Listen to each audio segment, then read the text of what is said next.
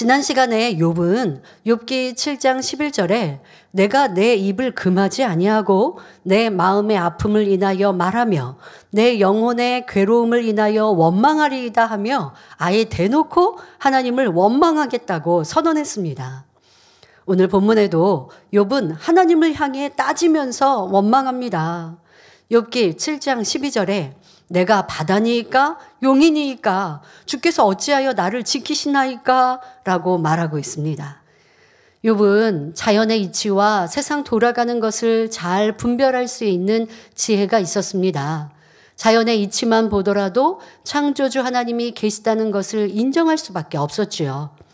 그래서 자신에게 닥친 고통도 만물을 다스리시는 하나님께서 예정하신 가운데 자신을 치셨기 때문이라고 오해하고 있습니다. 그러니 욥기 7장 13절부터 14절에 혹시 내가 말하기를 내 자리가 나를 위로하고 내 침상이 내 수심을 풀리라 할 때에 주께서 꿈으로 나를 놀래시고 이상으로 나를 두렵게 하시나이다 말하는 것입니다. 욥은 차라리 침상에서 잠이나 푹 잘 수 있다면 지금의 이 고통을 잠시나마 잊어버릴 텐데 잠이 오지 않아 잘 수도 없었습니다. 어쩌다 잠이 드는가 싶으면 악몽으로 인해 깜짝깜짝 놀라 깨어나곤 했지요. 그래서 하나님께서 잠도 재워주시지 않고 오히려 꿈으로 놀라게 하시며 이상으로 두렵게 하신다고 하나님을 원망하는 것입니다. 자, 그러면 믿음이 있는 사람이라면 어떻게 해야 하겠습니까? 하나님께서는 우리를 어렵게 하시는 분이 아니므로 원인을 나 자신에게서 찾아야 합니다. 시험 환난이 오면 내가 하나님과 무슨 죄담이 있는지 하나님께서 지켜주시지 않은 이유를 깨달아 회개하고 통해자복해야 하는 것입니다. 이렇게 통해자복의 역사가 먼저 따라야 하는데 그러지 않고 원망과 감정에 앞선다면 바로 욥과 같은 모습임을 알아야 하겠습니다. 요한 3서 1장 2절에 사랑하는 자여 내 영혼이 잘됨 같이 내가 범사에 잘되고 강건하기를 내가 간구하노라 축복의 말씀을 해주셨습니다. 이렇게 좋은 것만을 약속해 주신 아버지 하나님을 믿고 의지하는 우리가 되어야 하겠습니다. 욥은 불면증으로 쉽게 잠들지 못하는 상황인데 그나마 잠시라도 잠이 들면 꿈마저도 괴롭고 편치 않았습니다. 그러니 하나님이 잠시도 자신에게 쉴 틈을 주지 않으려고 꿈속에서까지 괴롭힌다고 하나님을 오해하고 있는 것입니다. 그러나 하나님께서는 사람의 꿈속에 나타나 놀라게 하시는 분이 아니지요. 자, 다시 본문을 보면 욥의 원망과 탄식이 계속됩니다.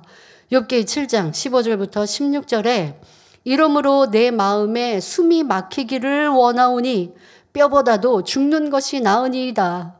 내가 생명을 싫어하고 항상 살기를 원치 아니하오니 나를 놓으소서 내 날은 헛것이니이다 말하고 있습니다. 자, 사람은 숨이 막히면 죽을 수밖에 없습니다. 욥은 그냥 말로만 죽고 싶다는 것이 아니라 마음 중심에서 죽기를 바라고 있었기에 숨 막히기를 원한다고 고백하고 있는 것입니다. 얼마나 고통스러우면 이런 표현을 하겠습니까? 그러나 하나님께서는 고통스럽고 힘들 때 어떻게 하라고 가르치시고 말씀하셨습니까? 시편 50편 15절에 환난 날에 나를 부르라.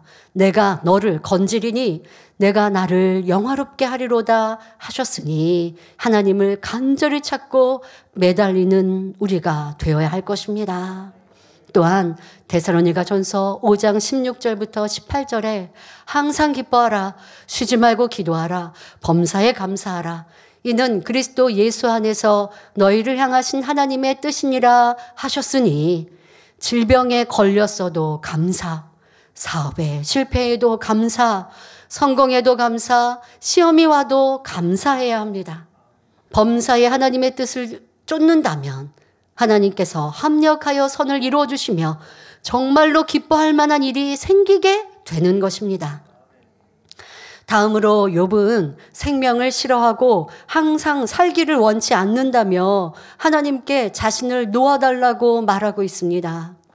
욥은 하나님을 밝히 알지 못하고 천국 소망이 없기 때문에 하나님을 원망하며 전혀 합당치 않는 말로 엄청난 올무를 만들고 있습니다.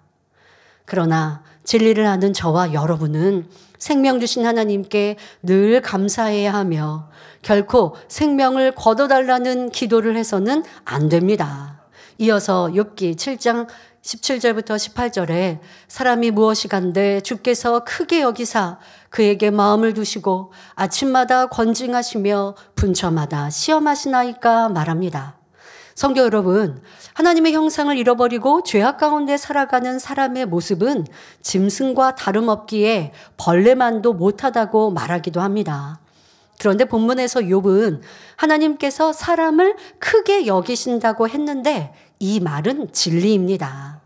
하나님께서는 사람을 너무나 값지고 소중하게 여기시기에 늘 마음에 두고 계십니다.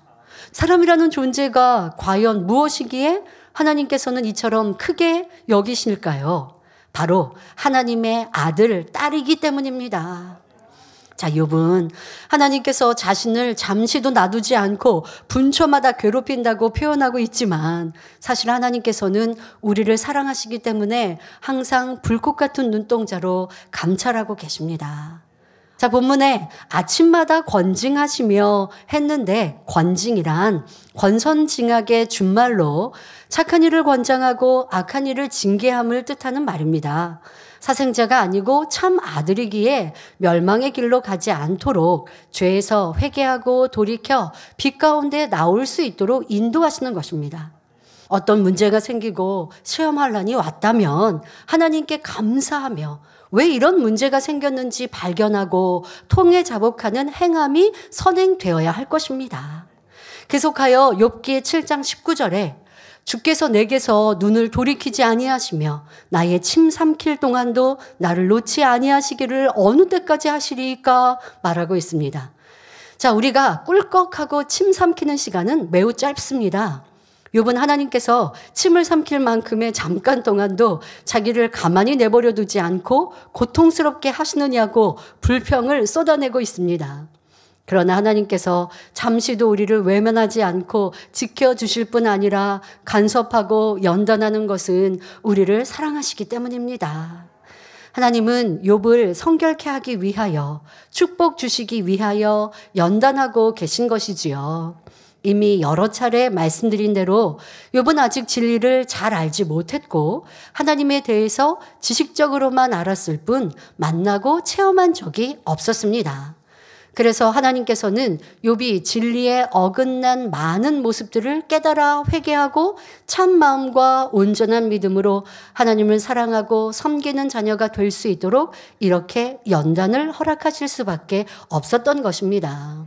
욥은 이러한 하나님의 마음을 알지 못하니 점점 오해가 깊어져만 갑니다.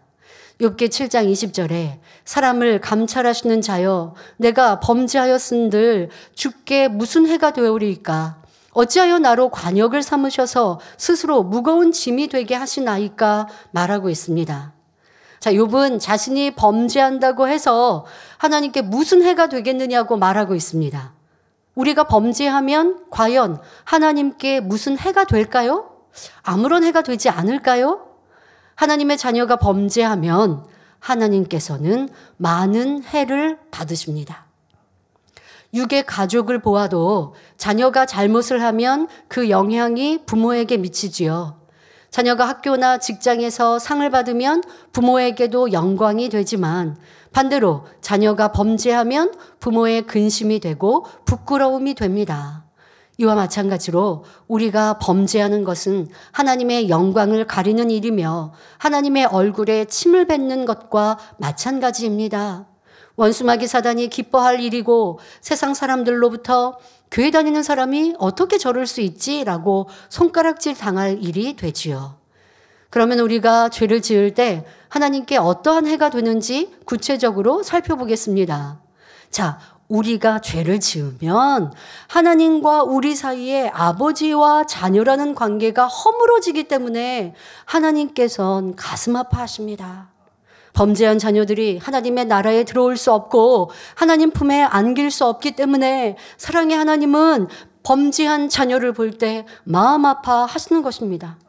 또 우리가 죄를 지으면 주님이 흘리신 보혈이 헛되이 돌아가기 때문에 하나님께 해가 되는 것입니다.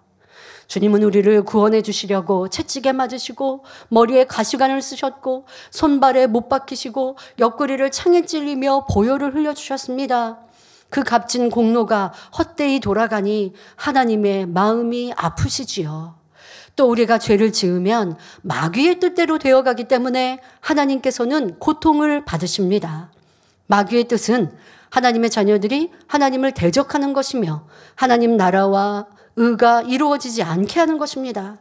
그러니 저와 여러분은 원수 마귀의 뜻이 아닌 오직 하나님의 뜻을 이루어 드림으로 하나님의 마음을 기쁘게 해드리는 효자, 효녀가 되어야겠습니다. 자, 이어서 욥은 어찌하여 나로 관역을 삼으셔서 스스로 무거운 짐이 되게 하셨나이까 말하는데, 이는 하나님 왜 굳이 나 같은 사람을 표적물로 삼으셔서 스스로 힘들어 하십니까? 라고 말하는 것입니다. 욥은 하나님을 원망하고 탄식하고 저주하다 못해 이제 하나님을 비웃는 말투가 되어가고 있습니다. 뒤틀린 마음 상태에서 하나님을 조롱하는 단계에 이르렀던 것입니다. 그런데 하나님께서는 욥의 원망과 조롱의 말까지 들으시면서도 짐스러워하지 않으셨고 조금도 고통스러워하지 않으셨습니다. 하나님께서 욥을 미워해서 징계하시는 것이 아니라 오히려 욥을 사랑해서 허락하신 연단이기 때문입니다. 결국은 욥이 아름다운 의인으로 변화되어 나올 것을 알기 때문에 이 모든 과정을 기쁨으로 참고 이기실 수 있는 것입니다. 이것이 바로 우리 모두를 향한 아버지 하나님의 사랑이십니다. 그러나 욥은 이러한 하나님의 마음을 모르니 입에서 나오는 말들이 갈수록 엉터리입니다. 욥기 7장 21절에 주께서 어찌하여 내 허물을 사하여 주지 아니하시며 내 죄악을 제하여 버리지 아니하시나이까. 내가 이제 흙에 누우리니 주께서 나를 부지런히 찾으실지라도 내가 잊지 아니하리이다 말합니다. 욥은 지금 두 가지 마음입니다. 처음에는 하나님께 나를 그냥 내버려 두세요. 이제 그만 생명을 거둬주세요 라고 했지만 한편으로는 자신을 용서해 주시고 치료해 달라는 마음인 것입니다. 그런데 아무 응답이 없으니 이는 하나님이 욥의 허물과 죄를 용서해 주시지 않았기 때문이라고 말하고 있는 것이지요. 하나님께서는 우리가 죄를 깨닫고 회개하며 돌이킬 때 용서해 주시는 분이십니다. 동이 서에서 먼 것 같이 우리의 지난 허물을 기억지도 아니하시지요. 중요한 것은 먼저 철저히 회개를 해야 한다는 것입니다. 그런데 욥은 허물과 죄가 많이 드러나 있는데도 회개하지 않고 하나님 어찌하여 죄를 사하여 주시지 않으십니까? 어찌하여 적당히 눈 감아주지 않으십니까? 라고 엉뚱한 말만 하고 있으니 어떻게 문제를 해결받을 수 있겠습니까? 욥은 시험이 오기 전에는 하나님이 두려워서 번제도 드렸었는데 악창 가운데 고통을 받다 보니 이제는 두려움도 없어졌습니다. 하나님이 죄를 사해 주시든지 사해 주시지 않으시든지 음부에 내려가면 그만이니 빨리 죽어버렸으면 좋겠다고 탄식하고 있을 뿐입니다. 하나님께서는 이사야 55장 6절에 너희는 여호와를 만날 만한 때에 찾으라. 가까이 계실 때에 그를 부르라 말씀하셨습니다. 여러분이 하나님을 찾고 부를 때 하나님께서는 손을 내밀어 시편 40편 2절에 나를 기가 막힐 웅덩이와 수렁에서 끌어올리시고 내 발을 반석 위에 두사 내 걸음을 견고케 하셨도다 하신 대로 모든 어려움 속에서 건져내 주십니다. 그러므로 하나님을 사랑하며 간절히 찾아 늘 응답의 하나님을 체험하는 복된 성도님들이 되시기를 주님의 이름으로 축원합니다.